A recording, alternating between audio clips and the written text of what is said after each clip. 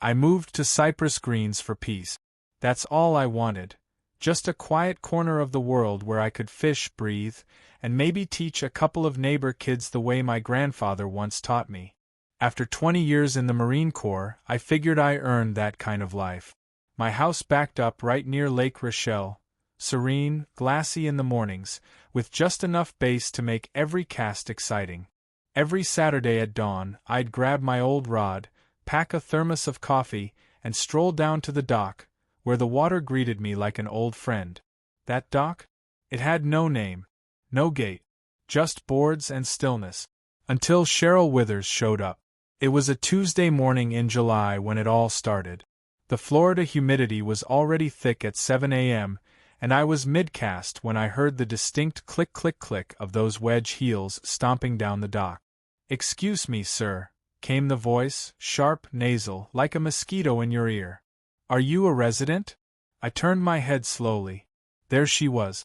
Cheryl Withers, president of the HOA. Pink sun visor, clipboard in hand, and that smug little smile she wore like lipstick. "Morning," I said, not answering her question. "Beautiful day for fishing." "That dock is for viewing, not for fishing," she said, already scribbling something down. "You are in violation of Community Bylaw 8.3, subsection B." I chuckled. "I've been fishing here every week for the past 8 months. "Well, you've been in violation every week, then." She tore a bright pink slip off her clipboard and handed it to me. "Fine. $200, unauthorized fishing. Issued by HOA President Cheryl Withers." Now I've been yelled at by drill sergeants, chased by insurgents, and buried more friends than I care to count. But I'd never been fined for fishing. I looked at her, calm as the lake behind me. "Ma'am, with all due respect, you're out of line." "No, you are. This is private property, Mr. Holman, and the HOA has rules. If you can't follow them, perhaps Cypress Greens isn't the right fit for you." And just like that, she turned and walked off, heels clacking against the boards like war drums. At first, I laughed it off. I figured she was just having a bad day. I paid the fine, grudgingly, but I didn't stop fishing. The next week, I was back out there. This time, Cheryl didn't come herself. Instead, a laminated notice was duct-taped to the dock railing. "No fishing. Violators will be fined. Surveillance in use." Surveillance? What surveillance? I looked around, no cameras in sight. Just Cheryl's paranoia in plastic form. The next day, I got another fine. $250 this time. Repeat violation. I ignored it. The one after that was $400. Then a warning letter arrived, threatening legal action if I continued to disrupt the community environment. That's when I realized, this wasn't about fishing. This was about control. You see, Cheryl didn't like me. Never had. From the day I moved in, I think she pegged me as unrefined. Maybe it was the truck in my driveway, or the way I wore my USMC cap instead of a golf visor, or the fact that I didn't kiss the HOA's ring like half the neighbors did. But the real salt in her wound? The neighborhood kids loved me. They'd gather around every Saturday morning with their little rods and plastic tackle boxes. I'd show them how to tie knots, what lures to use, and how to cast without hooking your own ear. Parents waved from their porches. One dad even brought me a beer once, said, "Thanks for giving my boy something better to do than stare at a screen." But Cheryl? She saw it as chaos, disorder, unauthorized fun, and she hated it. So when I got the third fine, this one for improper vehicle storage because my truck's rear tire was 6 inches over the curb, I knew she was escalating. The dock was just the beginning. I tried to reason with the HOA board. The next monthly meeting, I showed up in a clean shirt, trimmed beard, and my fishing hat tucked under my arm. I brought photos of the kids fishing, smiling, learning. I even brought cookies, store-bought, but decent. I stood up during the community comments section and said plainly, "I just want to fish in peace. That dock has no gate, no signage until last week, and I've done nothing to harm anyone. If you want to ban it, that's fine, but let's make it a conversation, not a war. Cheryl didn't even let me finish. Mr. Holman, you've repeatedly violated community rules, endangered our insurance policy, and set a poor example. This meeting is not a courtroom. You are out of order. Another board member, Todd, some ex-real estate agent with too much gel in his hair, snickered and leaned into his mic. Maybe he should fish at the public lake instead. Or move. The room laughed. I stared at them, cold and level. I fought for this country, I said, so people like you could make fools of yourselves in air-conditioned rooms. I'm not moving. And I'm not done fishing. I walked out to dead silence. That weekend, I went to the dock. But it wasn't just a sign this time. There were 2 security guards. Real ones. Private hire. Standing there like bouncers at a nightclub. Sir, we've been instructed not to allow any fishing. Who instructed you? HOA. And who owns the lake? They hesitated. I turned around and walked home, fists clenched. The next day, the neighborhood kids didn't come by. Their parents had gotten letters. Cheryl had strongly advised they not associate with residents currently in dispute with the HOA. She didn't say my name. She didn't have to. My front yard felt empty. That old rod sat by the porch untouched. Every night, I sat out there watching the sun hit the lake. And every night, I felt my blood boil. They wanted me gone. What they didn't know was, I wasn't the kind of man who backs down. I was the kind of man who digs in. And the next move I made would shake their little kingdom to the core. The war didn't stop at the dock. Within days, I started getting letters every other morning like clockwork. One morning it was a citation for non-compliant mailbox color. My mailbox was black, standard issue, same as everyone else's. The next, a $175 fine for exceeding the allowed vehicle weight in the driveway, because my F-250 was apparently industrial grade. I knew what this was. This wasn't enforcement. It was harassment. Cheryl wasn't just trying to fine me into submission, she was trying to shove me out of Cypress Greens, one pink slip at a time. And the worst part? The neighborhood was starting to turn. The same folks who used to wave from their porches now looked away. One mom who used to bring her kids over for fishing practice quickly crossed the street when I walked by. Another neighbor who once offered me lemonade suddenly stopped returning my hello. Cheryl had done more than slap me with fines, she'd poisoned the well. But there was one man who didn't fall in line. Doug Langley. Doug was a grizzled old contractor, built like a stump, with a mustache that could slice drywall. He lived 2 houses down, didn't say much, but always nodded when I passed. I once helped him lift some cabinets into his garage, and we bonded over a shared dislike for bureaucratic nonsense, as he called it. One evening, he strolled over while I was sweeping my driveway and said, "You got a minute?" I nodded, wiping sweat from my brow. Doug pulled a folded sheet of paper from his cargo shorts. "My niece works in property law. HOA documents are public record if you know where to look. Thought you might want to see this." I opened the paper. My eyes scanned the words. HOA board email, subject, ousting problematic resident. It was dated 2 weeks ago. Sent from Cheryl to the rest of the board. Mr. Holman's behavior continues to disrupt the aesthetic integrity of our community. If we continue issuing escalating fines, we may eventually push him to relocate. If we can tie violations to his fishing and presence near the lake, we can make a stronger case for nuisance removal. My jaw clenched. There it was, in black and white. Coordinated smear campaign. They were trying to force me out of my own home. Doug looked me dead in the eye. "I don't like snakes, Jake. And she's a big one. But she messed with the wrong guy." That night, I sat on my porch long after the sun went down. The crickets chirped. The cicadas whined. And there, just barely visible in the moonlight, was the lake. Still. Untouched. Waiting. That's when I got curious. Something about Cheryl's obsession with the lake kept scratching at the back of my mind. Why was she so determined to gatekeep that spot? Why act like the HOA owned it when she couldn't even say who did? So the next day, I did something I should have done months ago.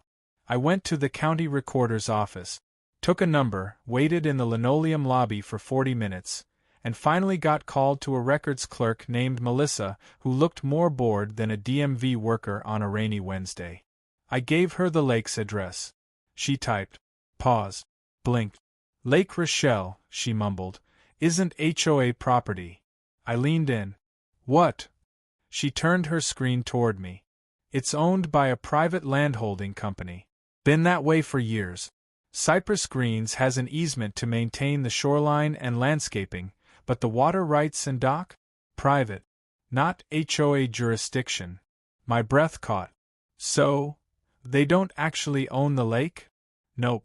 Not even a little. My heart was pounding now. Is it for sale? She squinted, clicked around, then nodded slowly. Yep. Company's out of Atlanta. Looks like they've had it listed quietly through a broker. Not public listing, but if you're serious, they left a contact. When I got home, I didn't sit down. I paced. Then I called the number. It rang twice.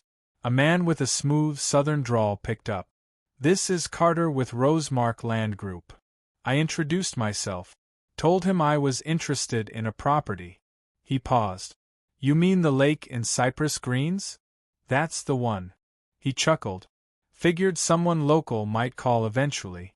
You looking for recreation use or something long-term? I hesitated, then said, both. And I'm serious. Well, he said, the holding group wants to offload it fast. Not many buyers lining up for a body of water smack in the middle of HOA drama. If you've got the funds, it's yours. How much? He named the number. It wasn't cheap, but it wasn't impossible. I had a military pension, a small inheritance from my grandfather. I'd even tucked away a tidy sum from a property I sold before moving to Florida. I'd been saving it to maybe flip a house one day. But this was bigger. I asked him for 24 hours. That night, I called my financial advisor, explained the situation, and within hours started liquidating enough assets to make a down payment. I didn't want the sale traced back to me directly, so I asked Carter if the property could be held under an LLC. No problem, he said. Happens all the time. You'll stay anonymous until you decide otherwise. Perfect. 3 days later, the paperwork was signed. Lake Rochelle was mine. Every ripple, every lily pad, every last mosquito, mine. The first thing I did was have new signage installed around the dock and shoreline. Private property, no trespassing, lake access prohibited without written permission. Then I installed 2 security cameras, real ones, and posted the footage to a local neighborhood watch group online. Cheryl's response came in under an hour. She emailed every resident in the HOA mailing list, warning them of unapproved signage and calling it a vandalized attempt to cause fear. I didn't respond. Instead, I walked down to the dock in broad daylight with my rod, chair, and a cooler of sweet tea. The guards weren't there this time. Just me, the sun, and the still water. An hour later, Cheryl herself came storming down the path. Mr. Holman, I demand you remove that sign immediately. This is HOA property. No, ma'am, I said, tipping my cap. It's my property. The whole lake. Her mouth dropped open. You're bluffing. I stood, walked over, handed her a folder with the deed, ownership docs, and LLC paperwork. You just tried to fine a man off his own land, I said, and now you're trespassing. She was shaking. Actually shaking. You can't do this. I already did. She stared at the folder like it was a loaded gun. You'll regret this. I gave her a slow smile. Funny. I was just thinking the same thing about you. Word traveled fast. By sunset the next day, half the neighborhood knew. Not because I bragged, because Cheryl couldn't shut up about it. She'd sent another HOA-wide email titled, Urgent Community Alert. Local resident claims ownership of Lake Rochelle. But this time, she didn't sound so confident. Because I'd attached a copy of the deed to the community forum post with one simple message. Please refer to this before threatening fines. All future lake access will require written permission. J. Holman. That forum exploded. Some people were mad. Some people were thrilled. And a surprising number started asking, wait, does this mean Cheryl never had authority over the lake? Doug, my good neighbor, left the best comment. Imagine building an HOA empire on a pond you never even owned. That's Shakespearean. Cheryl didn't find it funny. The next day, she showed up on my doorstep. In heels. Again. Clipboard clutched like a weapon. Mr. Holman, she began, already red in the face, you've created mass confusion in this community. No, ma'am, I said calmly. You created confusion. I just cleared it up. You are acting in bad faith. This is a residential community, not your personal campground. I stepped onto the porch. I'm acting within the law. If you don't like it, I suggest you consult a lawyer before handing out your next fine. She narrowed her eyes. This isn't over. I hope not, I said. I'm just getting started. And that was the truth. I didn't just want peace anymore. I wanted accountability. So I started digging. Turns out, Cheryl had been president of the HOA for nearly 7 years, well over the recommended term limit. She ran uncontested every year, which is HOA speak for, everyone was too scared or too apathetic to challenge her. But I wasn't scared. I'd been mortared in Kabul. Cheryl Withers and her clipboard didn't scare me. So I filed a formal request to view the HOA's financial report. Per Florida law, they're required to disclose everything, budgets, receipts, expense reports, within 10 business days. 9 days later, I received a PDF. Sloppy. Full of black bars. Numbers that didn't add up. That's when I called in backup. My niece, Angela, is a forensic accountant. She's helped expose embezzlement in small-town governments, nonprofits, and even one shady church board. I sent her the files. She called me the next morning, half laughing. Uncle Jake, she said, your HOA president's either dumb, greedy, or both. This budget's a joke. She pointed out multiple red flags. $4,200 labeled Community Beautification, spent at a luxury garden center that doesn't even sell plants, just designer patio furniture. $9,000 to Security Consulting, a company that had the same last name as one of the board members. $1,500 monthly fees for a web maintenance contract when the HOA site hadn't been updated in 2 years. And here's the kicker. Cheryl had been reimbursing herself for event planning costs with receipts dated on non-existent events. Angela put together a report. Neat. Bulletproof. Legal grade. And I forwarded it, anonymously at first, to every homeowner in Cypress Greens. Then I showed up at the next board meeting with 20 copies in a binder. That meeting? Oh, it was glorious. We met in the clubhouse as usual. Beige walls. Coffee-stained carpet. Folding chairs. Cheryl sat at the head of the table, flanked by her little posse. Todd, the real estate creep, and Melinda, who acted like she was allergic to eye contact. I stood up during the open comments section and placed the binder on the table. I'd like to enter this into the meeting minutes, I said calmly. It's a financial audit of the HOA's last 3 years. Cheryl scoffed. This is highly irregular. Not as irregular as charging residents for phantom barbecues, I cut in. The room went silent. I opened the binder and began reading. Page 3. A $2,100 reimbursement for a community movie night that never happened. No permit. No residents in attendance. No photos. No venue rental. No popcorn. Cheryl's face paled. Page 7, I continued. $1,800 to a company called Withers Solutions, LLC.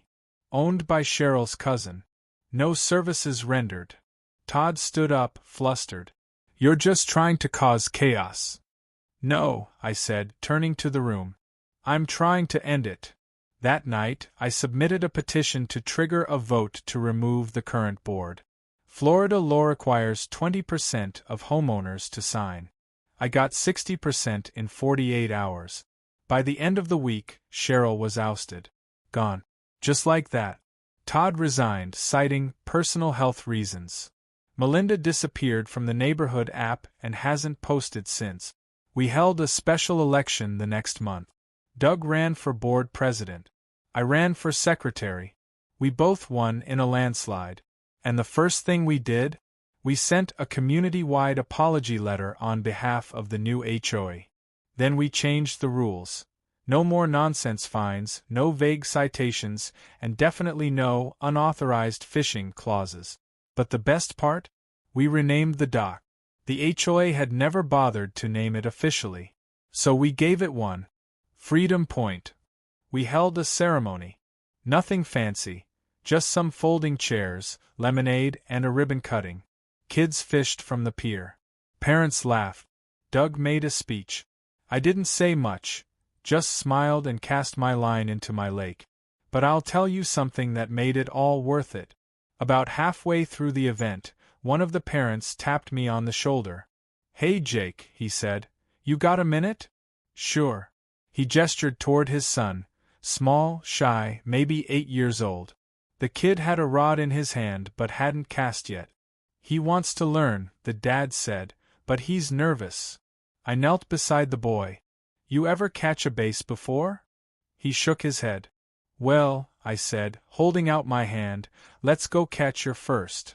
We stood side by side, wind brushing against the surface of the water. I showed him how to flick the wrist just right, how to let the line settle and wait for the nibble. And when that line finally tugged, and that kid's eyes lit up, I realized something. Cheryl had tried to turn a lake into a battleground. But I'd turned it into a legacy. Weeks passed. The lake calmed. The HOA was no longer the neighborhood villain. It was just what it was always supposed to be. A few helpful folks managing landscaping and potholes, not threatening to fine retirees for mismatched garage paint. Doug, bless his gruff heart, held true to every reform we'd promised. No fines without photos. No rules without community input. And no more power plays in pastel blouses. As for me, I didn't run the place. I just owned the crown jewel at its heart. And I liked it that way. Some Saturdays I'd fish. Others I'd let the neighborhood kids run their RC boats across the water. I even allowed limited paddleboarding, but only after folks signed a waiver and gave me a Jake's Famous Sweet Tea rating on our new community page. 4.8 stars. Just saying that.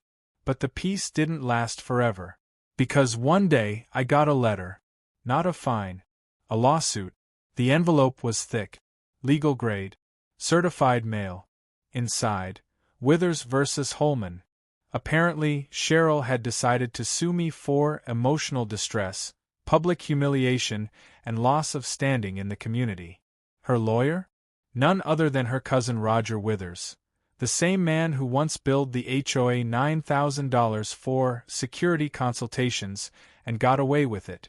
It would have been hilarious if it wasn't so absurd. I called my lawyer, Kim, a firecracker of a woman from Tampa who once went viral for making a judge cry on Zoom. She read the letter, scoffed, and said, "Let's burn her to the foundation, Jake." Court was scheduled for mid-May. Small claims, civil court downtown. I wore my old service dress blues, cleaned, pressed, medals in place.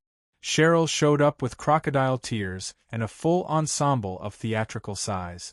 Her lawyer tried to paint her as a victim of an elderly veteran's vengeance crusade, claiming she now had trouble sleeping and refused to approach bodies of water.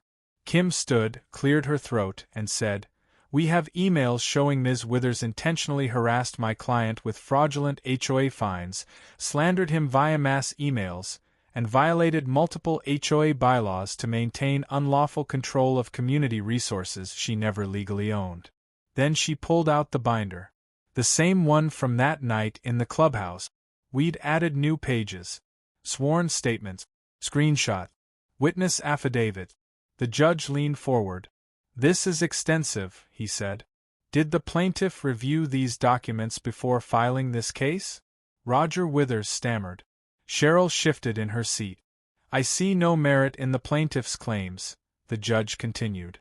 "And frankly, I'm considering countersanctions for malicious prosecution." I didn't smile. I didn't gloat. I just nodded. When the gavel dropped, it echoed through the room like thunder. Case dismissed. That was the last time I saw Cheryl Withers. Rumor has it she moved in with her sister in Georgia. Others say she joined a different HOA and is now tormenting an entire cul-de-sac about dog leash length. Me? I stayed. Because Cypress Greens was finally what I hoped it would be the day I moved in. A quiet, decent place to live. No bullies. No fake fines. Just neighbors. One afternoon, about 3 months after the case, I was sitting out at Freedom Point, my chair creaking against the dock planks. A breeze danced across the lake. The sun was setting low, orange bleeding into violet, and the water shimmered like it was holding its breath. Doug walked up behind me. "You never did tell me why this lake meant so much to you," he said. I didn't answer right away. Just watched the bobber on my line float quietly. Then I said, "My dad used to take me fishing. Every summer. Small lake up in Alabama. Same kind of wood dock. Same bullfrogs. Same smell of grass and water and old tackle boxes. He passed when I was 19. Never said goodbye. I think I've been chasing that dock ever since." Doug nodded. Didn't say anything for a long time. Then he said, "Well, you caught it. And I had. But there was one last cast I needed to make. A real one. Not for fish. For forgiveness. Because after everything, I realized, the lake didn't just belong to me. It belonged to the kid learning to cast. To the mom who brought her toddler to watch the turtles. To the neighbor who'd been too scared to speak up, but finally found their voice when Cheryl fell. So I drafted a letter. I sent it to every homeowner in Cypress Greens. To my neighbors. 4 months this community was divided. Lines were drawn. Names were called. Trust was broken. I want you to know I never set out to start a war. I just wanted to fish. But when someone abuses power and no one pushes back, that's how communities rot from the inside. So yes, I bought the lake. Yes, I banned the board. Yes, I pushed back. But starting today, I'm opening Lake Rochelle, for good. It will remain private property, but access will be granted to all Cypress Greens residents. No fees. No forms. Just simple rules. Respect the water. Respect each other. And respect that this place, above all, is meant for peace." Jake Holman. The response? Overwhelming. People brought me homemade pies. One family left flowers on my porch. A retired nurse baked me an entire lasagna and left a note that said, "Thank you for giving our kids the lake back." And that was it. No big drama. No applause. Just quiet peace settling over a place that had once been a battleground. And every now and then, when the sun dips low and the crickets start tuning up, I walk out to the dock with my rod, drop the line in, and just listen. Sometimes I hear kids laughing. Sometimes frogs croaking. Sometimes nothing at all. And it's perfect. Because in the end, this wasn't just about revenge. It was about restoring something real. And every cast since? That's just a bonus.